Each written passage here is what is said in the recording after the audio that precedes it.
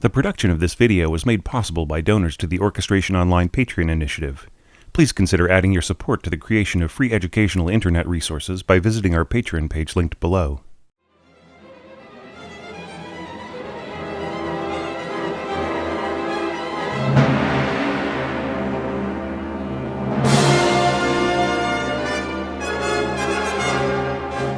Hey there, this is your orchestration tutor Thomas Goss, with a special commentary regarding the compositional process of John Williams' latest score for the upcoming film Star Wars Episode 8, The Last Jedi.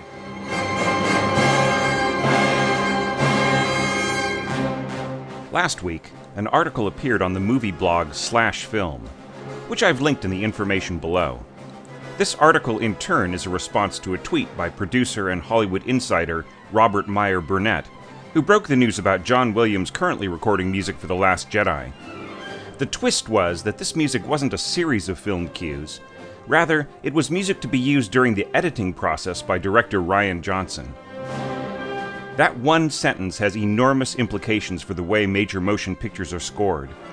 As most of my viewers are aware, film composers get an edited cut of the film first, then compose the music. Almost never are they asked to compose the music first with the intent of editing the footage to the results. Of course, there are plenty of exceptions, but they tend to be more low-key productions where there's lots of flexibility, like student films or art films. For big-budget films, this is almost unheard of. Back in the golden age of film production, directors trusted their composers a lot more than they do today. Directors weren't musicians and they didn't pretend to be. Instead, they chose composers who had a track record of success and a signature sound. Hitchcock, for instance, felt that when he was finished editing, he'd done half the work. The other half was then the composer's job. The result was that certain composers, like Bernard Herrmann, could rise to greatness, with highly personal and conceptual visions of musical style and energy. Even for the television world, this trust was often absolute. In an interview with Alexander Courage, who wrote the Star Trek theme music and scored much of its first season, he revealed that nearly all of his work on countless episodes of different TV series was recorded without any involvement from the director whatsoever. The music was simply composed and then recorded. Courage would then move on to the next assignment, not even bothering to watch his latest work. Of course, nowadays temp music is the order of the day. John Williams dealt with temp music in scoring the first Star Wars film, and any well-rounded listener can pick out many rewrites of different classics, especially Stravinsky's Rite of Spring and The Planets by Gustav Holst. As that film spawned a huge industry of imitators, concert music was mined for temp music to be rewritten by composers like Mahler, Howard Hanson, and Richard Strauss. Currently, we've reached a bit of an impasse, in which directors of action films are using previous action film scores as temp music, resulting in music without any strong themes or interconnectivity. That's why I consider this news to be potentially groundbreaking. Imagine, instead of directors handcuffing their composers into endlessly rewriting temp music, that composers had a free hand to evoke pacing, drama, commentary, and characterization.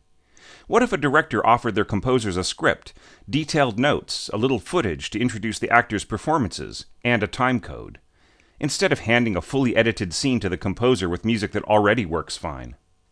What if completely new music could dictate how a scene unfolds, how fast, how intense, how deeply emotional?